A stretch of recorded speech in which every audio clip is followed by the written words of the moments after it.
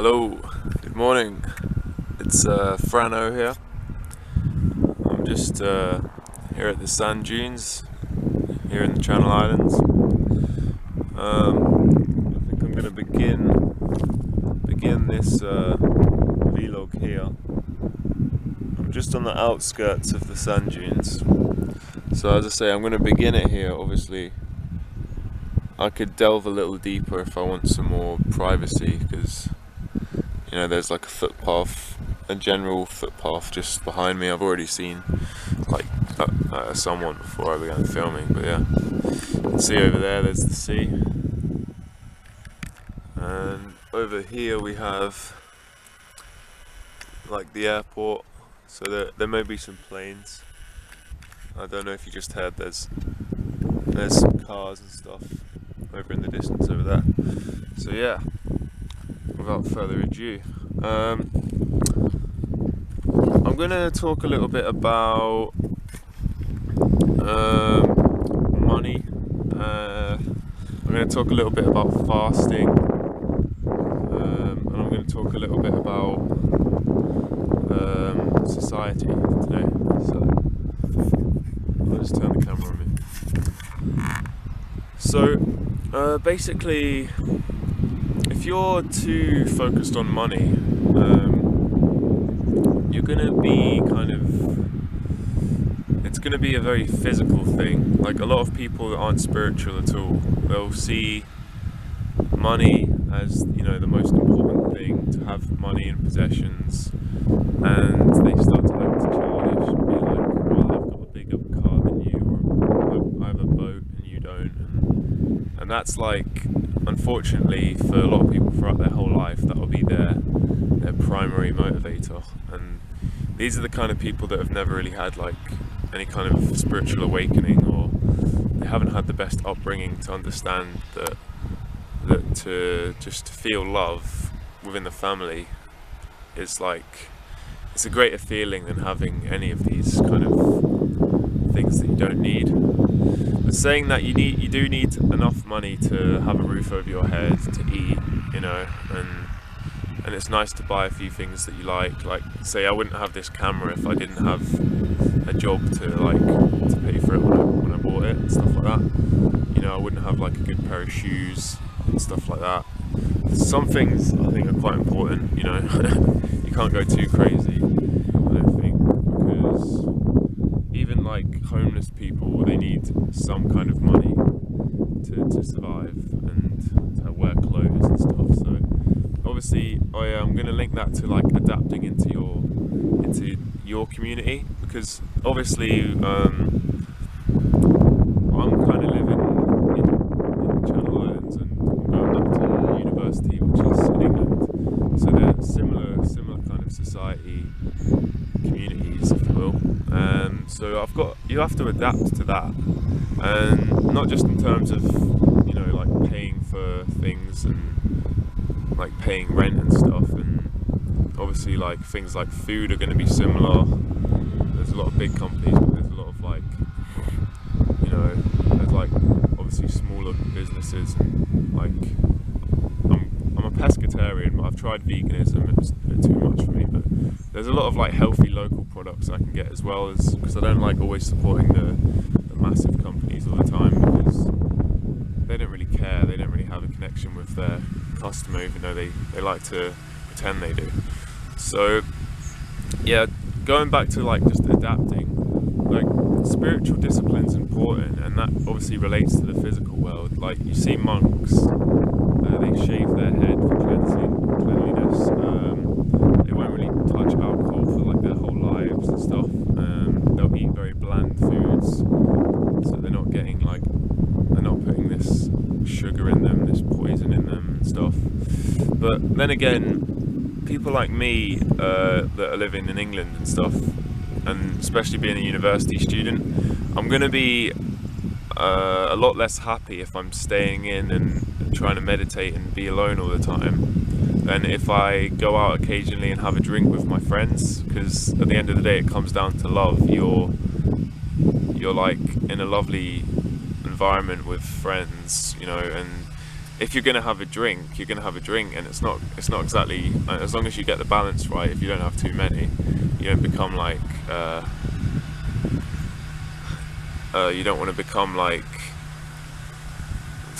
let's just say, you don't want to be you don't want to let the alcohol kind of like control you. You want to be in control of the alcohol and your emotions and your decisions. So you got to adapt. But I'm going to talk a little bit about, I'm going to go off on a little bit of a tangent here and say, so I'm on the edge of the sand dunes, as I said. I kind of did this on purpose because you can hear a lot. You can hear a car going around doing its job there. I can see a person walking in front of me. But the reason why I've started it on the edge instead of going deeper into the dune is because this is an example of someone in society that is just on the edge, on the, like, that is not delving deep. So someone who, for example, lives in a small town, they go to the same shops every day. So, I mean, if there's cameras, they can easily be surveilled. They're on the same path, they go to the same place of work, perhaps the same gym. So this is what I'm doing here. I'm on a superficial, easy to be manipulated area. Whereas someone that lives a bit more spontaneously, they're gonna go to different gyms. They're not gonna join memberships as such because they might want to be more spontaneous. They walk different ways, you know, things like walking a different way to the place of work or the place where you're going. This is going to open your mind, this is going to stimulate your brain, and this is going to give you more opportunities to connect with people and connect with spontaneous energy, as well as you know, being kind of, because if you are a targeted individual and you're going down the same roads all the time, it's very easy for, if any kind of agents wanted to step into your life and try and influence you, they'd know pretty much what time you're going to be there, where you're going to be, and that just makes you a more controllable individual. And why would you want to be a controllable individual? Because if you're spiritually waking up and turning up, that's obviously when you're going to get more agents. And if you're working 9 till 5 in the same place, walking the same way every single day, well, you know what I'm saying, you're more easily manipulated.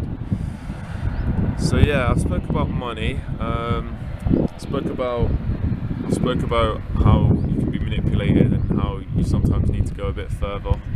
You need to go a bit further into the jungle, if you will, or you need to explore more. Yeah, that's good for the spirit. Yeah, back to money. Obviously, that you get a lot of businessmen these days, and they're very reptilian in their nature. To get to the level they need to be in, they need to like isolate themselves. They need to work with perhaps dodgy people, corrupt people, and it becomes, if you go too much into that as your main kind of influence, obviously, yeah, you're going to lose spirituality. You're going to lose that family connection, and you're going to be on your own in the end. You might have money, but you might even have like a family, but if you're spending all your time and energy to get more money, then you're obviously gonna die a bit spiritually there. So yeah, it's 8 minutes in, we're still going. I'm going to talk a little bit about fasting now. This morning I haven't eaten yet. It's about 9 o'clock. I was up at about 7:45. So fasting makes you feel more humble.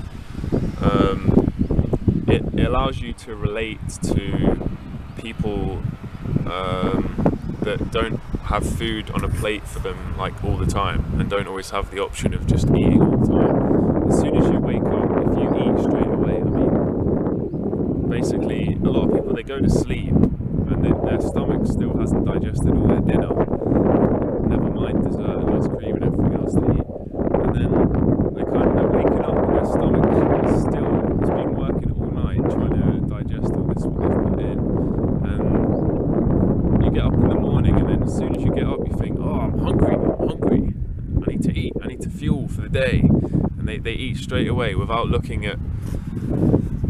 relaxing, because if you have an open stomach, there's a lot of spiritual teachers that have said it's almost like having an open mind. You can listen more, you're more humble, you're not contaminated, you're not putting all this energy, because food is just basically energy. So your stomach's not at work, you're not in that position where half of your being, your physical being, is working to burn off this food that you've got inside you. So yeah, with a more of an empty stomach, you can actually sometimes think clearer and you can listen better and stuff like that. So, but you're also relating to people. You're remembering that there are a lot of poor people out there that are starving all the time. So you're kind of, I know you're not actually directly helping them, but you're relating to them. If you can begin to relate to people, whether it's a good person or even the enemy, like they say, like if you want to know the enemy in war, you kind of have to relate to them and think like they think. So that's why, psychopaths can relate to psychopaths, and they can find ways of shutting them down, because it's kind of like you channel into that vibration of like insanity. But no, I'm more relating to people that are hungry and stuff, and obviously being outside now, I'm not in the confines of my home. If it is cold, it's not cold today, I would relate to being cold and hungry. So it's all kind of important, I think, to relate, because ultimately in life, I think if you have a bit of money, and if you found yourself in a position where you have extra money, you should definitely go out and give that back to the community and give it to other communities that. I don't know where that cut off, so I'm going to go from quickly about fasting.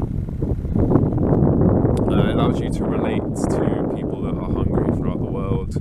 Basically, I'm going to do this quickly. Those that get in a position of wealth and money and just serve their family are extremely selfish, because they're not looking at the whole race. They're kind of just thinking, I'll seclude myself and my family will be rich and happy, and then they're just cutting off the rest of the people.